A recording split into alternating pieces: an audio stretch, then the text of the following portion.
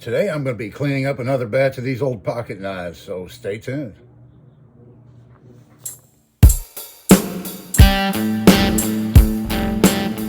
Hello everybody and welcome back to another episode of These Old Knives. I hope you enjoyed today's episode. We're going to be cleaning up some. I'm going to show you how they turned out and also included a few tips maybe to help out some people that work on pocket knives. So without any further ado, let's get into it. I'm going to start off showing you a clip from the other day from my last video showing the knife that I finished up. This is the one I'm going to be working on next, and it's a Utica camp knife. This was made back in the 1940s. You can see the tang stamp. It's like they use the screwdriver bottle opener more than anything. You can see right here, it's all chewed up. It's missing the bail. It has a nice half stop. So the bolsters are steel. They're showing signs of corrosion here. The back, unfortunately, it's going to have some pitting in the springs. It's definitely going to look a lot better when I get it done. And so I got that knife done, and I want to show it to you. And here it is, right here. So this is a Utica camp knife. There you can see the tang stamp. Spear point blade in really good shape. Single swedge. Long nail nick. You can see the pitting here in the springs that I knew I wasn't going to be able to get all that out. This knife has steel liners. There's no brass on it anywhere, which was kind of typical in this time frame. They needed brass for the military, for making artillery shells and whatnot. So there's the bottle opener, flat tip screwdriver, and then over here,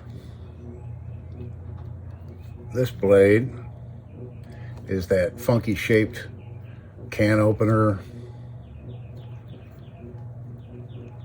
marking blade, whatever you want to call it.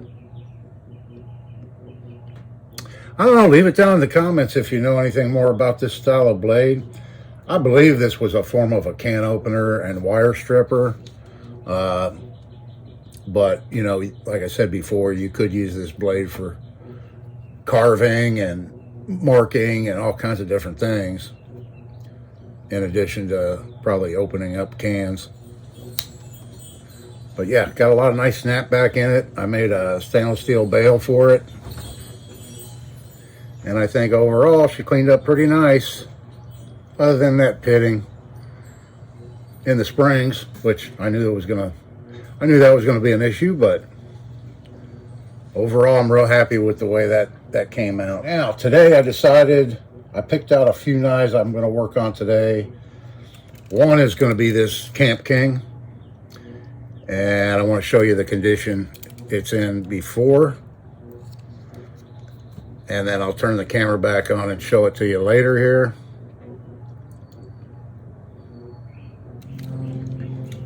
So yeah, this is an Imperial Camp King, 56 to 88 model, and you see it's missing a lot of the plastic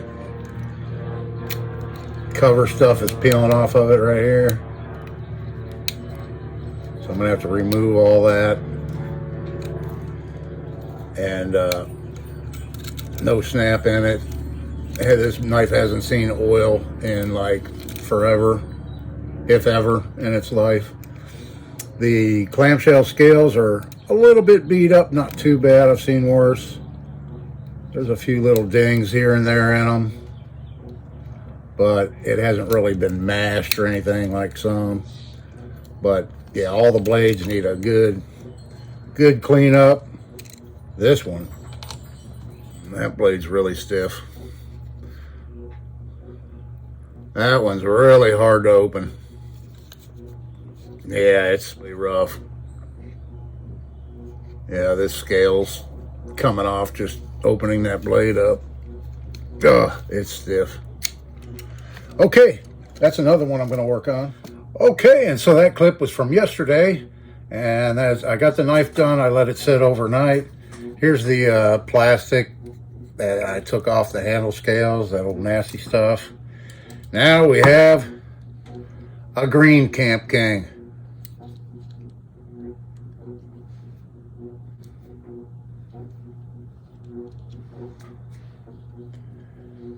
So the paint is somewhat cured. So what I used on it was a kind of like it's an oil-based exterior paint, kind of like a tractor and implement paint.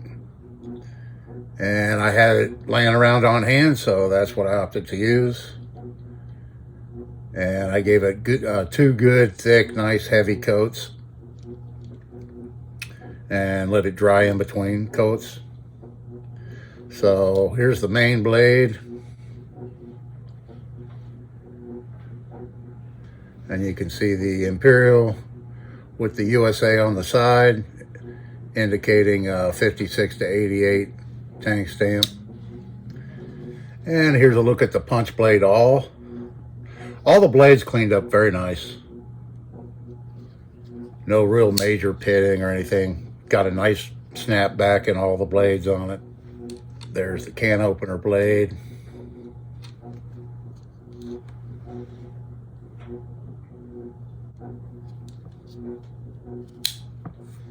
And the screwdriver bottle opener blade. This is the one that was really, really stiff and very difficult to open.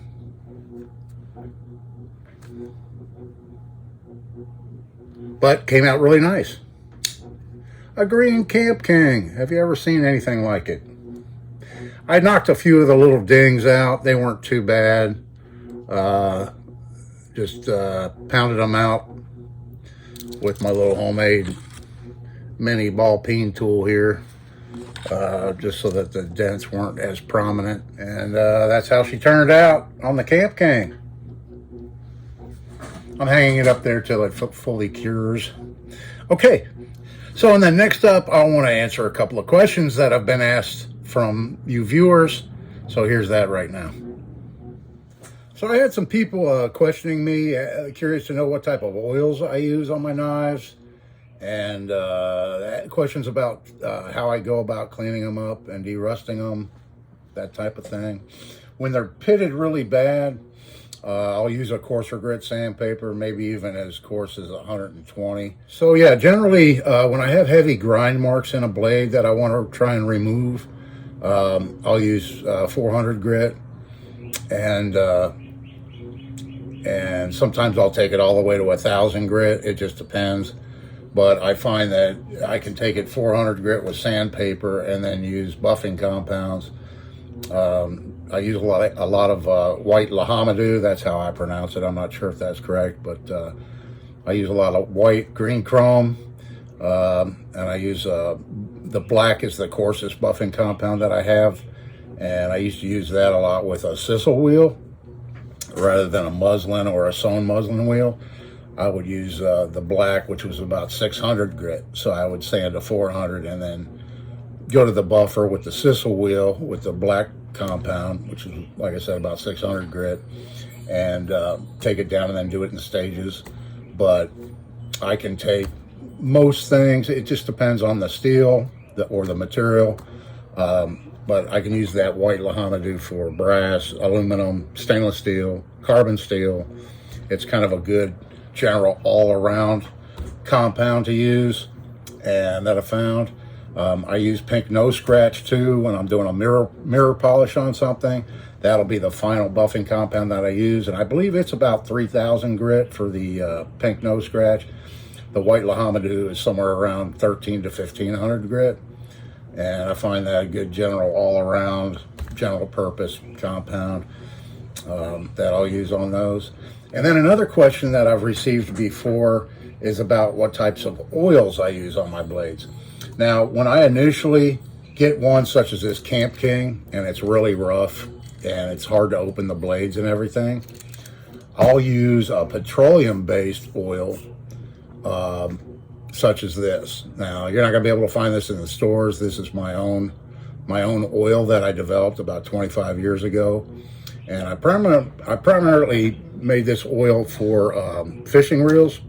I call it Cool Blue. Kind of hard to read the label now. It's pretty old. But kind of a funny story in a way. I was friends with a very serious bass fisherman. And I don't freshwater fish to speak of. I saltwater fish.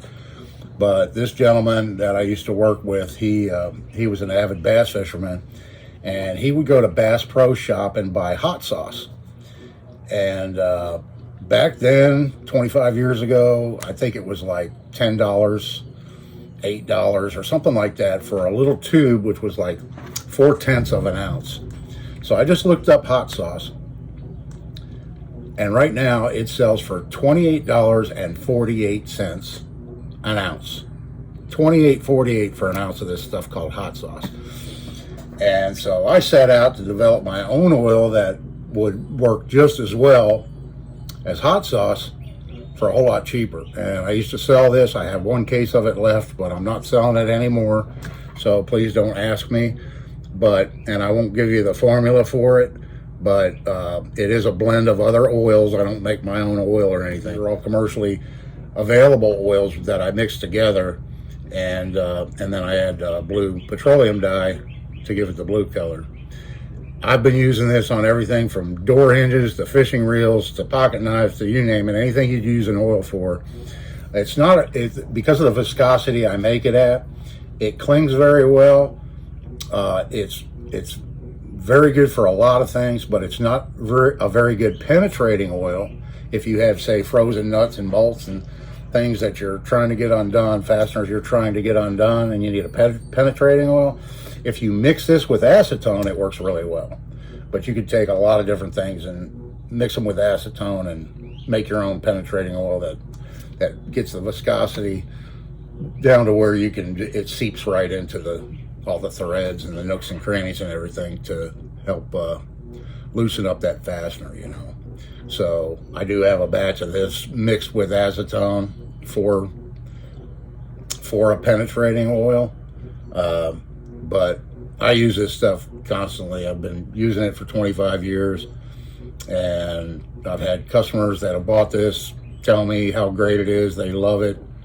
And I used to sell it really cheap, especially in comparison to hot sauce at $28.48 an ounce, which to me is highway robbery, you know.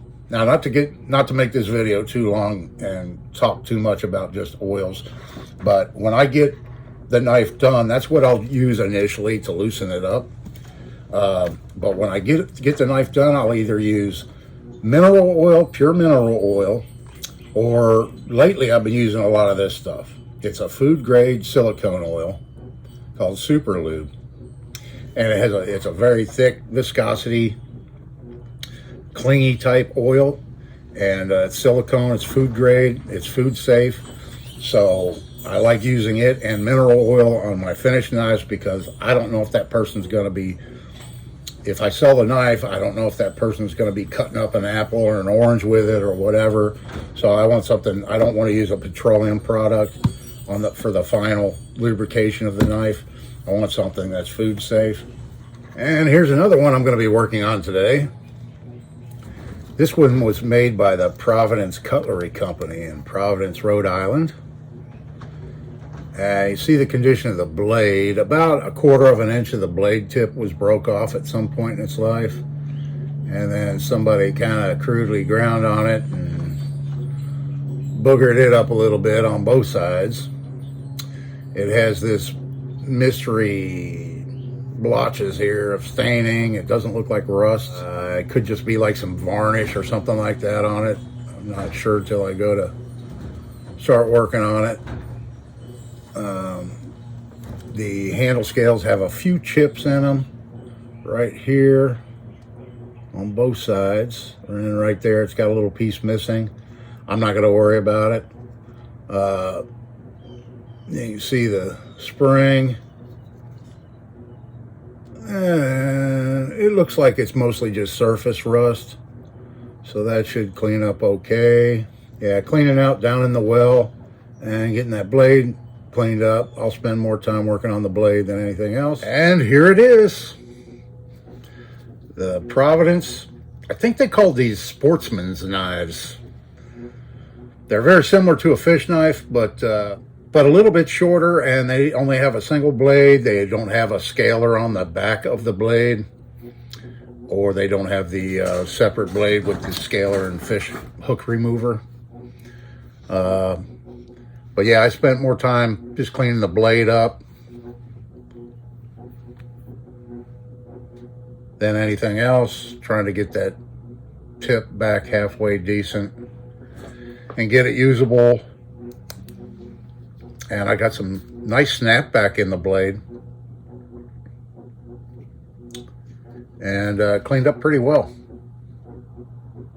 Overall, really didn't spend a whole lot of time. Has a nice half stop.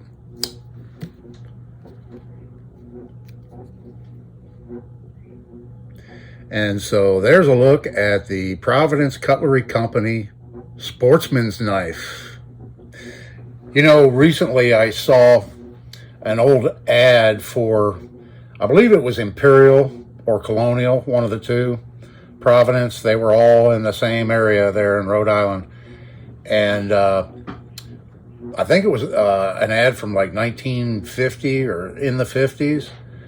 And man, if we could go back in time, because you could buy an entire display case full of these, all the models of knives that they had at the time, you know, which might have been like 30 different types. And you could buy that whole display case full with 60 knives in it, 2 layers, for like $50. Amazing, amazing. I mean, a knife like this was, you know, $1.25, $1.50, $2, you know. Yeah, and I think I saved the life of this one, and it came out pretty decent. Let me know what you think down in the comments. Next up. Okay, and here's the old timer I picked up the other day. This is a 340T, little mini Stockman. And we've got some rust on the blade. Right there. On the main blade. All the blades have some rust on them. The spade blade isn't as bad, but it too has some rust there and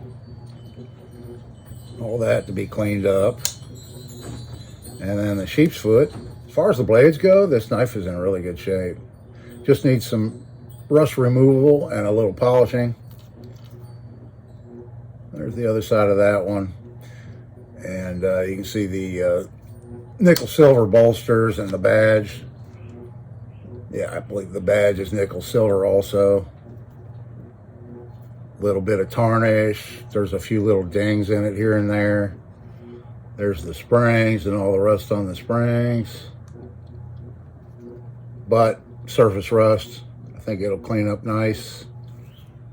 There might be some minor pitting in this one. We'll see when we get it done. So there's a look at this one in its before condition. And here it is now.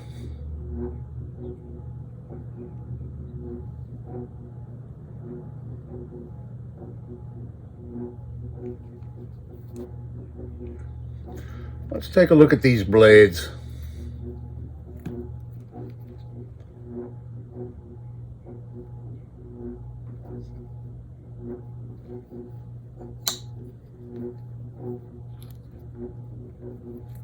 There's the spay.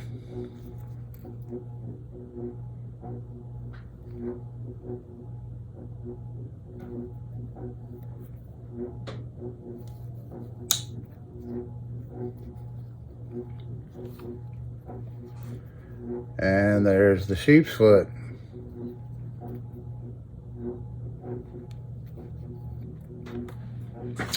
It's a fingerprint magnet now.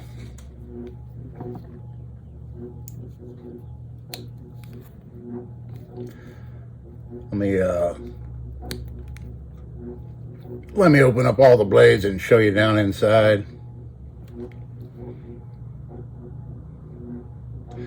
Cleaned up really nice.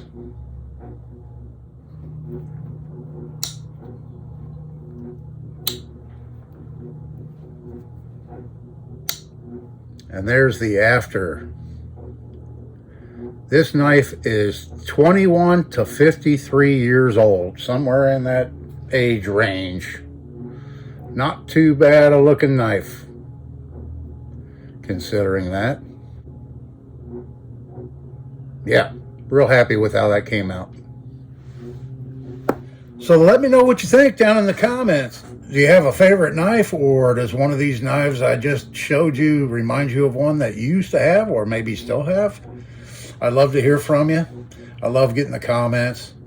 And if you do me a favor and hit the like button, that might help out that YouTube algorithm and help more people to see my videos, because I don't get a whole lot of views on these cleanup videos. I get them on the flea market finds, but then when I turn around and fix them up and show them, I don't get near the views. I've just noticed that pattern. I don't know why it is, but maybe with a little bit of help, we can psych out the YouTube algorithm and get around all that. So this is part 2. I have maybe 1 or 2 more parts, because I have like 8 more pocket knives to work on out of that batch I got the weekend before last. So I'll work on those, get them fixed up, and show them to you in a future video. So come on back for it. I really appreciate you watching. I hope everybody's having a great day. This is Dave. See you in the next one.